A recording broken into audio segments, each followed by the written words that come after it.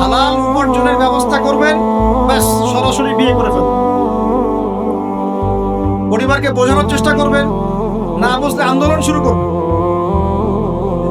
যে আমি জেনা করতে চাই না, আমি বিয়ে করতে চাই, বিয়ে আমার দেওয়ানি লাগবে, এইরকম। ব্যাস তারপর দেখবেন বাপ মা কেমন করে বিয়ে না দেয়। আল্লাহ সাহায্য করবে ইনশাআল্লাহ।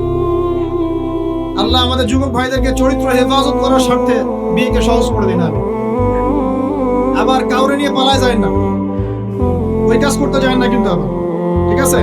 কারণ এভাবে কোর্টে গিয়েও যদি একটা মেয়ে বিয়ে করে, এই বিয়ের জায়েজ না জায়েজ নিয়ে অনেক কথা আছে। অতএব এইসব ঝুঁকির মধ্যে যাবেন না, বাসায় বোঝানোর চেষ্টা করবেন। আরেক শ্রেণীর ব্যক্তি আছে যাদেরকে আল্লাহ পাক আরশের ছায়া ছায়া দিবেন। তারা কারা? যারা গোপনে আল্লাহকে স্মরণ করে কাঁদতে পারে। এখন এই দুটো হাদিসের মধ্যে যুবকদের অবস্থান কি পেয়েছেন? আচ্ছা, আরেকটা শোনাই এবার। নবী সাল্লাল্লাহু আলাইহি ওয়াসাল্লাম বলেছেন, 5টা জিনিস আসার আগেই 5টা বিষয়কে মূল্যায়ন কর। 1, তোমার বার্ধক্য আসার আগেই তোমার যৌবনকে মূল্যায়ন করো। যৌবনের গুরুত্ব পেলেন তো এবার? তোমার মওত আসার আগেই তোমার জীবনকে মূল্যায়ন করো। অসচ্ছলতা আসার আগেই সচ্ছলতাকে মূল্যায়ন করো। অসুস্থতা আসার আগেই সুস্থতাকে মূল্যায়ন করো। এবং এই যে কথাটা বললাম যে তোমার বার্ধক্য আসার আগেই যৌবনকালটাকে মূল্যায়ন করো। এই হাদিসগুলোর মধ্যে আমরা সংক্ষিপ্ত পরিসরে যৌবনকালের গুরুত্ব পাচ্ছি কিনা ভাই? এখন এই যৌবনকালটা আমাদের কাটানো উচিত আল্লাহ পাকের ইবাদতের মধ্য দিয়ে। এই যৌবনকালটা আমাদের কাটানো উচিত কয়েকটা বিষয়ের মধ্য দিয়ে। তার মধ্যে আমি 10টা পয়েন্ট আপনাকে বলবো। কয়টা ভাই? 10টা। 1, এই যৌবনকালে সবার আগে আমাদের কর্তব্য হচ্ছে দ্বীনের ইলম অর্জন করা। কি করা ভাই? দ্বীনের ইলম অর্জন বলতে আমি কি বোঝাচ্ছি? দ্বীনি ইলম অর্জন বলতে আপনাকে আমি বোঝাচ্ছি যে কমপক্ষে কোরআনটুকু তেলাওয়াত করতে শিখুন, হাদিসগুলো পড়তে শিখুন, ইসলামী বইপত্র পড়াশোনা করুন, পাশাপাশি জেনারেল সাবজেক্টগুলো পড়াশোনা করুন। এদিকে আপনি এগিয়ে যান, এদিকেও এগিয়ে যান, দুই দিকে আগাতে থাকেন। এর পাশাপাশি বরেণ্য ওলামায়ে কেরামদের সোহবতে থাকার চেষ্টা করেন। যারা রিনাউন্ড এবং বরেণ্য ওলামায়ে কেরাম, তাদের সোহবতে থাকার চেষ্টা করেন। ইলম অর্জনের অনেক ধাপ আছে।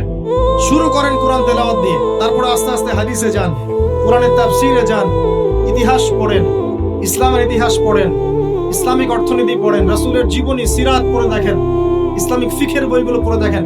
আস্তে আস্তে গ্র্যাজুয়ালি আপনি সামনে যান। এই সিলেবাসটা আপনি কোত্থেকে পাবেন? এই সিলেবাসটা দেখবেন প্রত্যেক জেলায় জেলায় বরেণ্য কওমি ওলামায়ে কেরাম আছেন না, তাদের সাথে পরামর্শ করবেন, আপনাকে সুন্দর সিলেবাস করে দিবে ইনশাআল্লাহ। এইভাবে আপনি পড়াশোনা করবেন এবং ওস্তাদের সাথে থেকে পড়াশোনা করবেন। একা একা সবকিছু করা যায়? একা একা সবকিছু করা যায় না। একটা সিলসিলা লাগে, একটা ওস্তাদের সোহবত লাগে, নাকি? একা একা কি কোরআন সুন্নাহ সব বুঝে ফেলতে পারবেন আপনি? তাই মনে হয়? কখনোই না। অতএব বরেণ্য আলেমদের সোহবত লাগবে, আবার আপনার চেষ্টা হবে। আল্লাহ পাক তৌফিক দান করুন। এই যৌবনকালের প্রথম কাজ কি ভাই?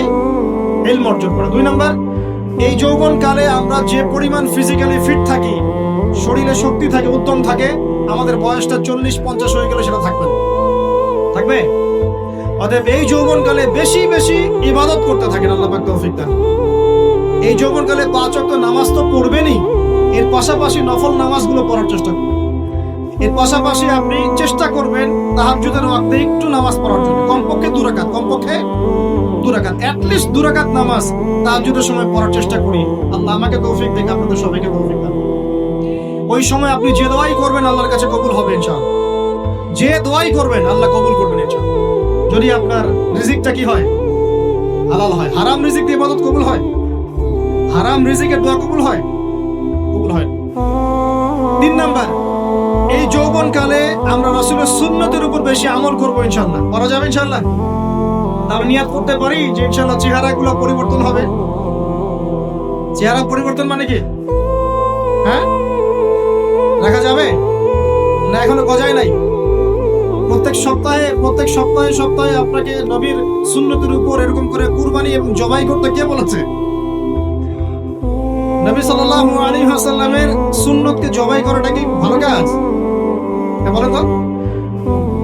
আমরা তো এমন অনেক নাপিত ভাইদেরকে চিনি যারা এই ধরনের বক্তব্যগুলো শুনে আলহামদুলিল্লাহ জীবন পরিবর্তন করেছেন।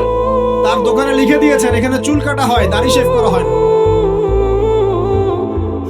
খুশি হন নাই? মুসলিমদের কথা বলছি, অমুসলিমদেরকে নিয়ে আমাদের চিন্তা নাই তো? চিন্তা আছে? একটা কথা মনে রাখবেন, একটু কথাটা মনের কান দিয়ে শোনেন। দাড়ি হচ্ছে একমাত্র ভিজিবল সুন্নত। দাড়ি হচ্ছে একমাত্র ভিজিবল সুন্নত। ভিজিবল মানে কি? যা দেখা যায়। দাড়ি একমাত্র ভিজিবল সুন্নত, দৃশ্যমান সুন্নত, যেটা নিয়ে আপনি আমি কবরে যাবো ইনশাআল্লাহ। আর কোন সাইন দেখে বোঝার বুদ্ধি নাই এই ব্যক্তি কত বড় মুসলিম, কত বড় সুন্নতের পাবন ছিল। খালি কপালের সেজদার দাগ আর চেহারার দাড়ি বাকি থাকবে। কথা বুঝতে পারছেন ভাই? নিয়াত করা যায় একটু দাড়ি ছেড়ে দিব, নাকি দাড়ি রাখলে চাকরি পাবেন না? দাড়ি রাখলে মেয়ে দিবে না নাকি? যে মেয়ে দাড়ি রাখলে বিয়ে করতে চায় না তাকে বিয়ে করারও দরকার নাই। আর দাড়ি রাখলে যে চাকরি আপনাকে ছাড়তে হয় ওই চাকরিও করার দরকার নেই। চাকরির মধ্যে সব রিজিক আপনার মনে হয়? রিজিকের সবচেয়ে বড় অংশ আছে কিসের মধ্যে? বিজনেসের মধ্যে। যারা বিজনেস করে তাদের আন্ডারেই লক্ষ লক্ষ মানুষ চাকরি করে। বাংলাদেশে যে ইকোনমিক সিস্টেম, এই ইকোনমিক সিস্টেমের মূলে কারা জানেন? ব্যবসায়ীরা। কারা? বড় বড় ব্যবসায়ীরা। এমন অনেক ব্যবসায়ী আছেন যাদের একজনের জাকাতের টাকা দিয়ে একটা গ্রামের মানুষকে খাওয়ানো যায়। বিশ্বাস করছেন? ইকোনমিক তো আমার সাবজেক্ট, আমরা পড়েছি, পড়াশোনা করেন, দেখেন। বিজনেস, এরপরে আছে ক্রিয়েটিভ কোনো প্রজেক্ট, এমন কোনো প্রজেক্ট যেটা এখন পর্যন্ত কেউ লঞ্চ করে নাই। এখন অনলাইনে অনেকে আয় করেন না, আজকে থেকে 20 বছর আগে মানুষ এটা করেছিল। এখন অনেক মানুষ বাহির থেকে পড়াশোনা করে দেশে এসে এই যে ডেইরি প্রজেক্ট করছে, পোল্ট্রি করছে, নতুন নতুন অনেক প্রজেক্ট করছে না? কৃষিভিত্তিক অনেক কাজ করছে। তারা কি সচ্ছল না? আমি একজন ভাইয়ের কথা জানি, যিনি আলহামদুলিল্লাহ আল্লাহর এই অধম বান্দার ওয়াজ শুনে সুদের চাকরি ছেড়ে দিয়েছিলেন। চাকরি ছেড়ে দিয়ে তিনি চায়ের বিজনেস শুরু করেন, চায়ের বিজনেস। তো ইদানিং জানলাম তিনি এখন মানুষকে টাকা ধার দেন। মাশাআল্লাহ, তিনি এখন মানুষকে টাকা ধার দেন চায়ের ব্যবসা করেই। আর আমাকে তো এখনো মানুষের কাছে হাত পাততে হচ্ছে। কথা বুঝতে পারেন নাই? আল্লাহ পাক তাকে সুদ ছেড়ে দেওয়ার জন্য সচ্ছল করে দিয়েছেন।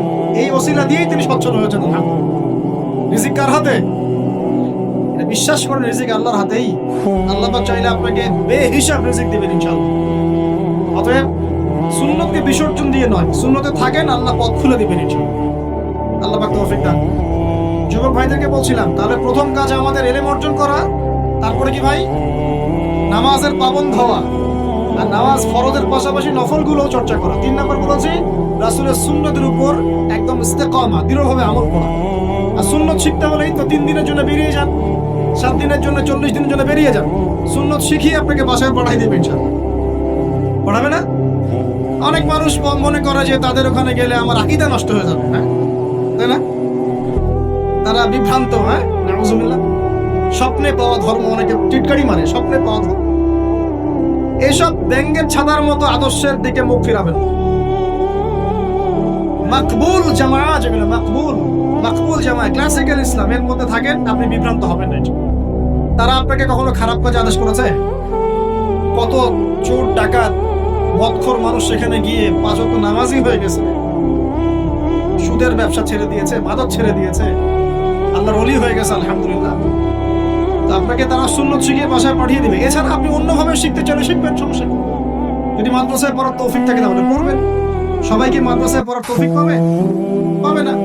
নিঃসন্দেহে কিছু মানুষ তৌফিক পাবে, কিছু মানুষ হয়তো পাবে না। যারা পাবে না তারা দিন শিখবে কিভাবে? এভাবেই তো শিখবে। সুন্নতের উপর আমল করতে হবে, এটা সবচেয়ে বড় কথা। আল্লাহ পাক আমাদের সবাইকে সুন্নাহর উপর আমল করার তৌফিক দান। 4 নম্বর ভাই, যৌবনকালে আমরা আমাদের সময়গুলোকে মূল্যায়ন করবো ইনশাআল্লাহ। কথা বুঝতে পারছি ভাই? সময় মূল্যায়ন কেমন?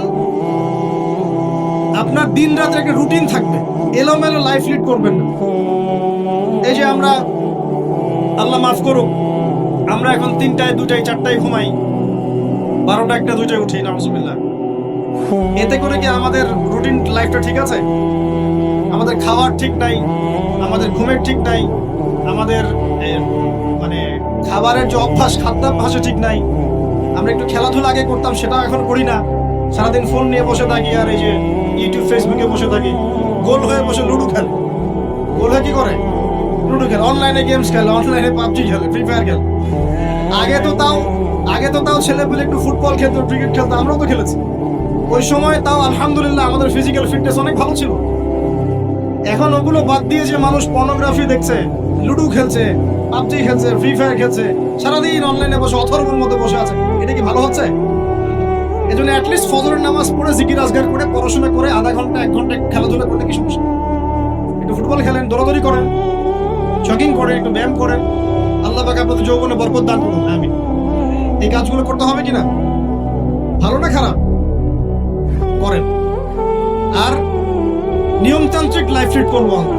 নিয়মতান্ত্রিক, আমার জীবনে একটা রুটিন থাকবে, এই রুটিনের বাইরে যাব না। পড়াশোনার রুটিন থাকবে, খেলার বা এক্সারসাইজ রুটিন থাকবে, খাওয়া দাওয়ার রুটিন থাকবে, দাওয়ার রুটিন থাকবে, আমি আলেম ওলামাদের কাছে যাবো, এই রুটিন থাকবে। একটা রুটিন লাইফ লিড করবেন, এলোমেলো জীবনযাপন করবেন। আল্লাহ পাক আমাকে তৌফিক দান করুন, আপনাদের সবাইকে তৌফিক দান। কয়টা বলেছি ভাই? বলেন। 6 নাম্বার, যৌবনকালে সবচেয়ে বেশি বেঁচে থাকবো নারীর ফিতনা থেকে। কি থেকে ভাই? যৌবনকালে সবচেয়ে বেশি বেঁচে থাকবো কি থেকে?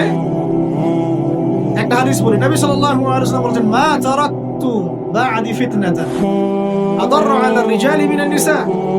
আমি আমার পরে, নবীজি বলছেন, আমি আমার পরে পুরুষদের জন্য নারীদের চেয়ে ভয়ঙ্কর কোন ফিতনা রেখে যাই নাই। কেমন ফিতনা? আপনি একটু অনেস্টলি বলেন তো দেখি, যে আমরা যারা পর্নোগ্রাফিতে টুকটাক আসক্ত বা এই ধরনের অনলাইনে বা অফলাইনে এই ধরনের হারাম সম্পর্কের সাথে আছি, মন থেকে কি আপনি ফিল করেন যে আল্লাহ আপনার সাথে আছেন? বলেন তো দেখি, অনেস্টলি বলেন। আপনি যখন নামাজ পড়ে বাসায় ফিরে যান, ফিরে যেতে যেতে যদি আপনার চোখে খারাপ কিছু পড়ে, আপনার মনের নূরটা নষ্ট হয়, আপনি বুঝতে পারেন না? বুঝতে পারেন না?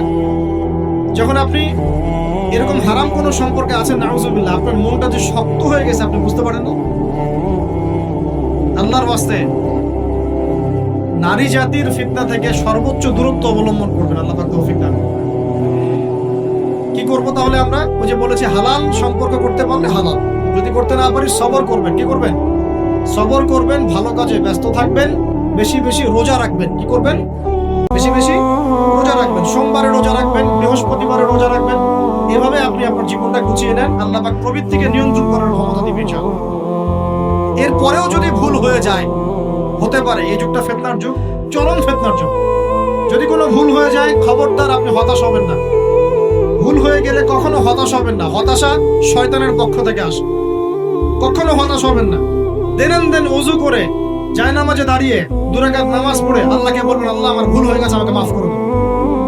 পারা যাবে ইনশাআল্লাহ। জীবনে কখনো হতাশ হবেন না। জীবনে যাই হয়ে যাক না কেন, কখনো হতাশ হবেন না। মনে রাখবেন, আল্লাহ আপনার রব, আল্লাহ আপনার সাথে আছেন ইনশাআল্লাহ। অতএব নারীর ফিতনা থেকে নিজেকে বাঁচিয়ে রাখার চেষ্টা করুন, আল্লাহ পাক তৌফিক এনায়েত করুন। 7 নাম্বারটা হচ্ছে, এই সমাজ আপনাকে যেভাবে শেখায়, কিভাবে শেখায়? এই যে স্কুল, কলেজ, ইউনিভার্সিটি, চাকরি, বিয়ে, সন্তান প্রতিপালন, আর তারপর ইন্না লিল্লাহি ওয়া ইন্না ইলাইহি রাজিউন, এই তো শেখায় নাকি? সবসময় মনে রাখবেন যে আল্লাহ রাব্বুল আলামিনের পরিকল্পনাই আপনার উপরে সবচেয়ে বেশি অগ্রাধিকার যোগ্য, সমাজের পরিকল্পনা নয়। পরিবার আপনাকে চাপ দিচ্ছে, চাকরি পাস না, পড়াশোনা করিস না, পড়াশোনায় কেন তুই 80 নম্বর পাইলি না, কেন চান্স পেলি না, কবে চাকরি পাবি, কবে আমাদেরকে দেখবি, খাওয়াবি, পড়াবি, এই যে চাপগুলো চারপাশ থেকে আসে কিনা? অনেক যুবক দেখা যায় মাদকাসক্ত হয়, অনেকে দেখা যায় আত্মহত্যা করছে, ইদানিং হচ্ছে কিনা ভাই? এই শব্দটা থেকে আমি পয়েন্টটা আজকে লিখেছিলাম যে ভুলেও আল্লাহর প্রতি বিশ্বাস এবং তাওয়াক্কুল হারাবেন না। সমাজ যেভাবে শেখায়, সমাজ চারপাশে যে চাপ আপনাকে দিচ্ছে, এই চাপে নিজে গা ভাসিয়ে দিবেন না।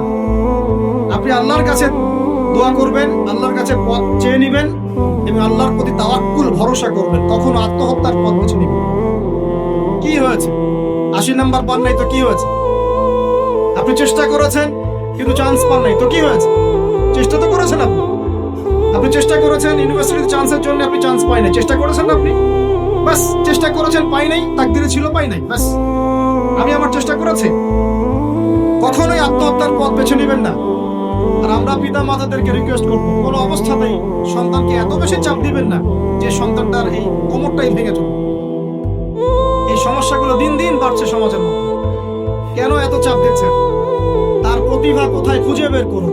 তাকে জোর করে কেন টেনে লম্বা করার চেষ্টা করছেন? আমাদের সমাজে বাচ্চা হয়ে গেলেই তার পিঠে একটা সিল মেরে দেই, হয় ডাক্তার না হলে ইঞ্জিনিয়ার। কেন? এর বাইরে কোনো প্রফেশন নাই? আমার সন্তানকে হয় ঢাকা বিশ্ববিদ্যালয়ে চান্স পেতে হবে, না হলে বুয়েটে, না হলে এর বাইরে আর কোথাও পড়ারই জায়গা নাই। আর এখানে পড়লেই আমার সে ছেলে না আমার মেয়ে একদম সবচেয়ে বড় জ্ঞানী হবে, অন্য কোনো ভাবে হবে না, এটা গ্যারান্টি দেওয়া আছে? যারা সভ্যতা বিনির্মাণ করেছেন তারা কয়জন বড় বড় ডিগ্রি সার্টিফিকেট পেয়েছেন? খুঁজে বের করে দেখেন, খুঁজে বের করে। আমরা ফিলোসফির মধ্যে যে ফিলোসফারদের হিস্ট্রি পড়েছিলাম তাদের মধ্যে বেশিরভাগই দেখা যায় স্কুলেও যায় না, কলেজেও যায় আছে না? এমন আছে। আমি বলছি না আপনারা যাবেন না, আমি বলছি জ্ঞানের মানদণ্ড এটাই নয় যে আমার সার্টিফিকেট অর্জিত হয়েছে। সার্টিফিকেটটাই জ্ঞানের মানদণ্ড নয় তো। হ্যাঁ, প্রতিযোগিতার একটা জগৎ আছে, আমাকে সেই জগৎ উতরাতে হবে। আপনি চেষ্টা করবেন, যদি না হয় তাকদীরে ছিল, হয় নাই, বাস। আমাকে আল্লাহ পাঠিয়েছেন তার ইবাদত করার জন্য, এখানে আত্মহত্যা করার জন্য আল্লাহ আমাকে পাঠান না। আমার জীবন যদি দিতেই হয় তাহলে আল্লাহর জন্য দিব ইনশাআল্লাহ। ঠিক আছে কথা? বাস, দুনিয়ার জন্য না। আল্লাহ পাক বোঝার তৌফিক দান। কটা বললাম? 7টা না 8টা? 7টা। 8 নাম্বার। 8 নাম্বারটা ইম্পর্টেন্ট এবং এটা আপনাদের জন্য মজাদার। সেটা হলো 8 নাম্বারটা বেশি ইম্পর্টেন্ট। এটা হচ্ছে দিনের পথে চলার ক্ষেত্রে আপনি অনেক রকম মতবাদ পাবেন সামনে। কেউ বলবে আমারটা সঠিক, কেউ বলবে না ওরটা নয়, আমারটা সঠিক, কেউ বলবে না আমার দলটা সঠিক, কেউ বলবে না ওর সংগঠন সঠিক। এগুলো আপনার কান ভারী করে ফেলবে। তখন মনে হবে যে আগেই ভাবছিলাম রে ভাই নামাজ পড়তাম না, এখন নামাজ পড়া শুরু করে দেখলাম যে আরে হাতটা বাঁধবো কোথায় এটাই তো ফিক্স করতে পারতেছি। কারণ আমার কিছু তো অভিজ্ঞতা আছে ভাই, নাকি ভাই? ওর আলোকে একটা কথা বল, সেটা হলো সমাজে কিছু ইখতিলাফি মাসআলা আছে, এই মাসআলাগুলো কানেও ঢুকাবেন না। আপনি ইবাদতের মধ্য দিয়ে আল্লাহকে পাওয়ার চেষ্টা করুন। এবং চিরায়ত একটা ইসলাম আমরা ফলো করছি না, এই ইসলামের মধ্যে এমন কিছু নাই যেটা আপনাকে জাহান্নামে নিয়ে যাবে, এমন কিছু নাই। হ্যাঁ, প্রত্যেকটা ঘরানার মধ্যে কিছু বিভ্রান্ত মানুষ থাকতে পারে, এমন কিছু মানুষ এমন আমল করছে যে আমলটা হয়তো কোরআন এবং হাদিসে নাই। এটা তার সমস্যা, কোরআন সুন্নাহর সমস্যা নয়। কথা বুঝতে পারছেন? এটা তার সমস্যা, সেই বেদাতটা করছে, সেই শিরকটা করছে। তার মানে এই নয় যে কোরআন হাদিস আমাকে শিরক শিখিয়েছে, বেদাত শিখিয়েছে। কোরআন এবং হাদিসে যেটা আছে এটা সুন্দর এবং এটা চিরায়ত একটা ক্লাসিক্যাল ইসলাম আমাদের কন্টিনেন্টে আছে, বাংলাদেশে আছে। এখানে থাকলে আপনি বিভ্রান্ত হবেন না ইনশাআল্লাহ। বরেণ্য ওলামায়ে কেরামদের কাছে গিয়ে অন্তত একজন হকপন্থী আলেমের সাথে পরামর্শ করে আপনি আমল করার চেষ্টা করুন।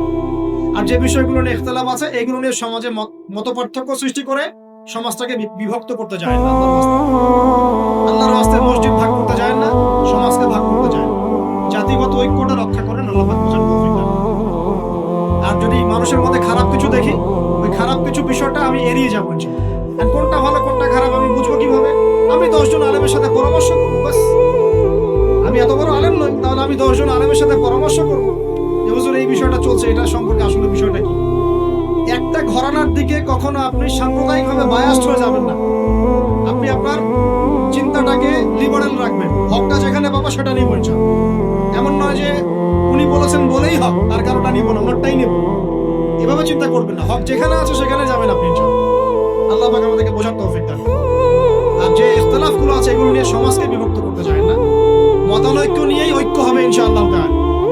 আল্লাহ পাক আমাদেরকে কথাটা বোঝার তৌফিক দান। আর শেষের দুটো হলো যৌবনকালে আমরা আমাদের পরবর্তী জীবনের প্রস্তুতি গ্রহণ করবো ইনশাআল্লাহ। কারণ বার্ধক্যের জীবনে আপনি কিন্তু এই কাজগুলো এখন করতে পারছেন, সেগুলো পরে পারবেন না। অতএব এই সময়ে আপনি আপনার রিজিকের একটা অংশ সঞ্চয় করার চেষ্টা করুন, কিছু সাস্টেইনেবল অ্যাসেট করার চেষ্টা করুন, যাতে পরবর্তী বয়সে গিয়ে আপনাকে দিনের দিকে কাজ করার জন্য দুনিয়ার ফিতনায় পড়তে না হয়। আল্লাহ পাক আপনাদেরকে হালাল রিজিকের ব্যবস্থা করে দিন, আমি দোয়া করি। আল্লাহুম্মা আমিন। আর সবশেষ যেটা বলতে চাচ্ছিলাম, দেখুন যৌবনকালে আমরা যা করতে পারবো অন্য সময় পারি না। এই যৌবনেই ইলম অর্জন করে আল্লাহ পাকের দ্বীনের এই দাওয়াতের মেহনত আমরা শহরে শহরে, গ্রামে গঞ্জে, জেলায় উপজেলায়, প্রত্যন্ত অঞ্চলে সমস্ত জায়গায় পৌঁছে দিব ইনশাআল্লাহ। যৌবনকালে আমরা বেশি বেশি দাওয়াতি কাজ করার চেষ্টা করবো, আল্লাহ পাক তৌফিক দান। যতটুকু জানেন, আপনি এতটুকু জানেন না যে নামাজ পড়তে হয় 5 ওয়াক্ত, তাহলে নিজে পড়েন, মানুষকে নামাজের দাওয়াত। আপনি এতটুকু জানেন না যে ভাই সুদ খাওয়া হারাম? জানেন কিনা ভাই? ব্যাস আপনি মানুষকে বলেন যে ভাই হালাল খাই, সুদ না খাই। আপনি এতটুকু জানেন না যে জেনা করা হারাম? বাস আপনি আপনার বন্ধুকে দাওয়াত দেন, ভাই জেনার দিকে যাইস না এবং হারাম অ্যাফেয়ার্সে যাইস না। যতটুকু জানেন ততটুকু মানুষের কাছে পৌঁছে দেন। আল্লাহ পাক তৌফিক দান। যুবক ভাইদেরকে আমি এই 10টা নসিহত করলাম আজ। এই নসিহতগুলো একটু মেনে চলেন, যৌবনটা সুন্দর হবে ইনশাআল্লাহ। এছাড়া আরো অনেক নসিহত আছে, এগুলো ওই যে বইগুলোর নাম বলে দিয়েছি, আল্লামা তাজুল ইসলামী হুজুরের যে বইগুলো, এগুলো পড়েন, ইনশাআল্লাহ দেখবেন আরো অনেক হেদায়েত আপনি পাবেন। মোটা দাগে কথা হচ্ছে ইলম অর্জন করতে হবে। রাজি আছে কিনা ভাই? রাজি আছে কিনা বলেন? ইলম অনুযায়ী আমল বাড়িয়ে দিব। রাজি আছে কিনা? হকপন্থী উলামায়ে কেরামের সাথে পরামর্শ করে চলবো। রাজি আছে কিনা? আমরা যৌবনকালে হালাল রিজিক অন্বেষণের চেষ্টা করবো। রাজি আছে কিনা? যৌবনের সময়কে বিন্যাস করে চলবো, এলোমেলো জীবনযাপন করবো না। রাজি আছে কিনা?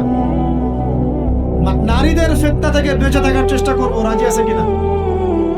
আগামী দিনের জন্য, ইসলামকে এগিয়ে নেওয়ার জন্য দাওয়াতের মেহনত করবো। রাজি আছে কিনা? আচ্ছা, এখন আসেন, এগুলো আমাদের করণীয় ছিল। আমাদের যুবকরা এখন করছে কি সেটা? আমাদের যুবকরা এখন কিশোর গ্যাং করছে। কিশোর গ্যাং কি করছে? আপনাদের পরিবারের কর্তা যারা আছেন তাদেরকে আমি একটু রিকোয়েস্ট করবো, আপনার সন্তানের দিকে খেয়াল রাখেন। আপনার সন্তানকে যত ছোট মনে করছেন, আপনার সন্তান এখন এত ছোট নয়। কিশোর বয়সে সে এমন পাপও করে ফেলেছে যা আপনি এখনো করেন নাই।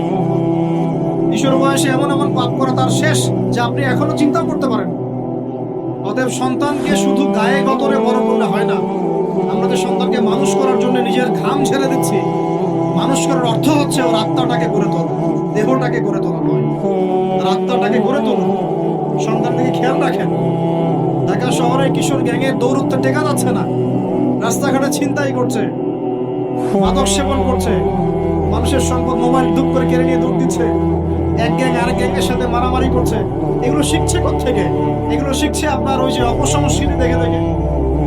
পশ্চিম থেকে, আমাদের পার্শ্ববর্তী থেকে অনেক অপসংস্কৃতি ঢুকছে ভিতরে, ওটা দেখে দেখে দেখে দেখে শিখছে কি করতে হয় না।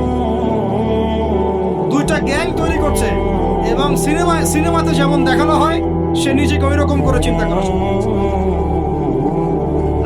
এই কনসেপ্ট গুলো মানুষ পাচ্ছে কোথায়?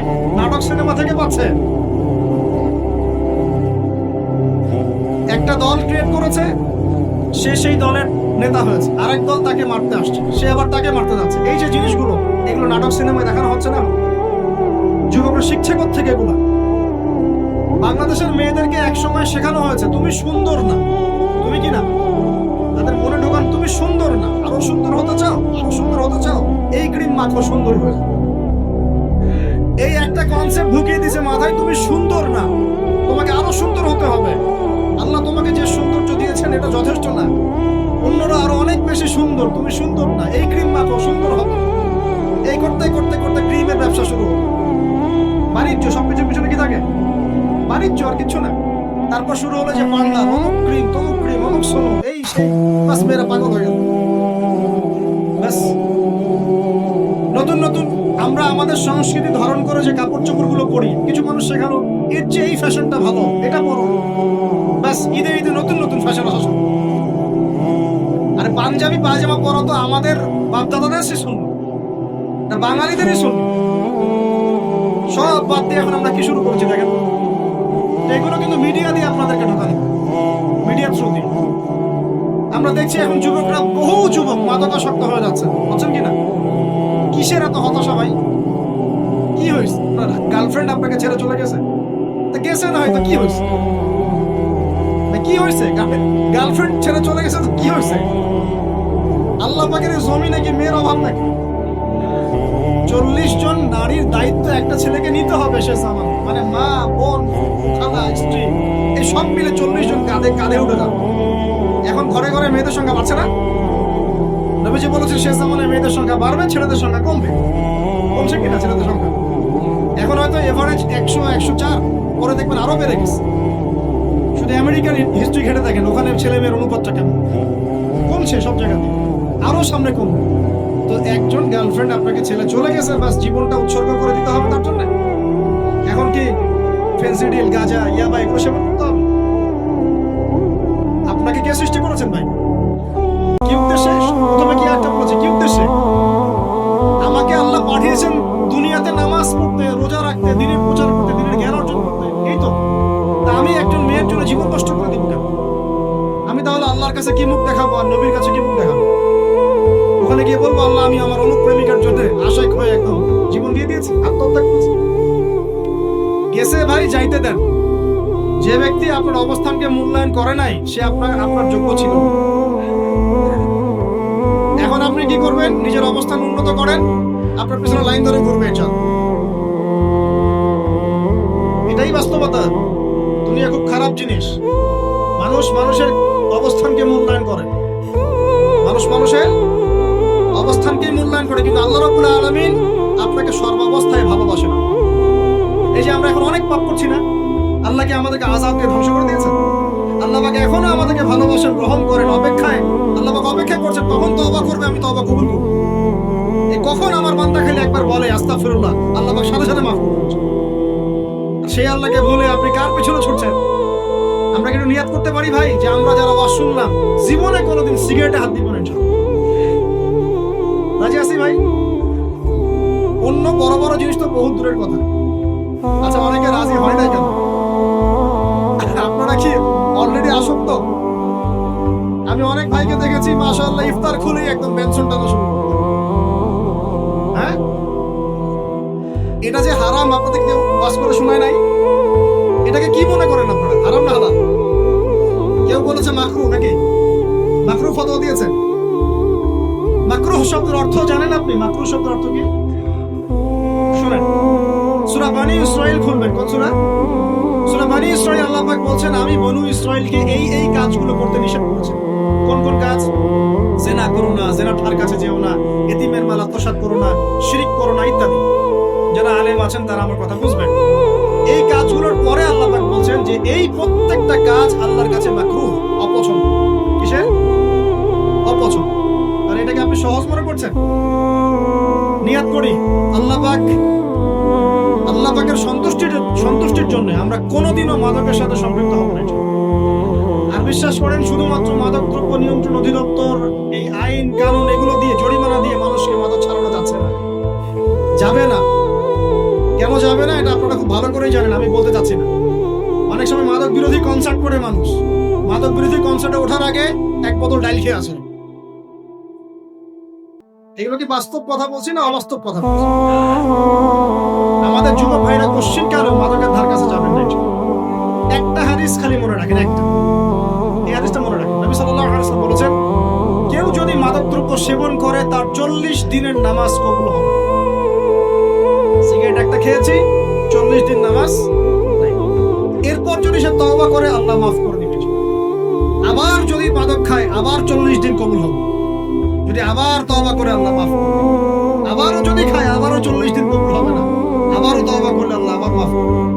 চতুর্থবার সে যদি মাদক খায়, আল্লাহ রাসূল সাল্লাল্লাহু আলাইহি ওয়াসাল্লাম বলেন আল্লাহ পাক কিয়ামতের মাঠে তাকে তিনাতুল খাবাল পান করাবেন। কি পান করাবেন? তিনাতুল খাবাল। সাহাবীরা বললেন ইয়া রাসূলুল্লাহ এটা কি? তিনাতুল খাবাল কি? নবী সাল্লাল্লাহু আলাইহি ওয়াসাল্লাম বলেন এটা হচ্ছে জাহান্নামীদেরকে আযাব দেওয়ার পর তাদের রক্ত মাংসের যে পুঁজ বের হবে, যে ড্রিঙ্কস, জাহান্নামের হার্ড ড্রিঙ্কস, এই ড্রিঙ্কস এর নাম হলো তিনাতুল খাবাল। আল্লাহ পাক আমাদের সবাইকে মাদক থেকে বাঁচিয়ে রাখুন। হতাশা মাদক দিয়ে দূর হয় না। হতাশা দূর হবে, বলে দিব, 3টা জিনিস, মাত্র 3টা। কয়টা ভাই? 1, 5 ওয়াক্ত নামাজ। এক কি? নামাজে আপনি ওযু করে সিজদা দেন, ইনশাআল্লাহ আপনার মনে প্রশান্তি না আসলে আমাকে এসে বলেন যে আসলে। চোখের পানি, মনের আবেগ যা আছে আপনার ভিতরে, কষ্ট, দুঃখ, যন্ত্রণা সব আল্লাহকে ঢেলে দিবেন। নিজের আবেগ ধরে রাখবেন এখানে, আপনি আল্লাহর জন্য ঢেলে দিবেন। মানুষকে আবেগ দেখা কি লাভ? মানুষ আপনার চোখের পানির মর্ম বুঝবে? মানুষ কি মানুষের চোখের পানির মর্ম বোঝে? আপনার পিতা যদি মারা যায় আমার কাছে এসে দোয়া চান, কান্নাকাটি করে, আমি দোয়া করতে পারবো কিন্তু আমি কিন্তু আপনার ফিলিংসটা বুঝতে পারবো। আপনার অনুভূতি কে বুঝতে পারবেন? আল্লাহ পাক আপনার ঘাড়ের রগের চেয়ে কাছে আছে। সুবহানাল্লাহ।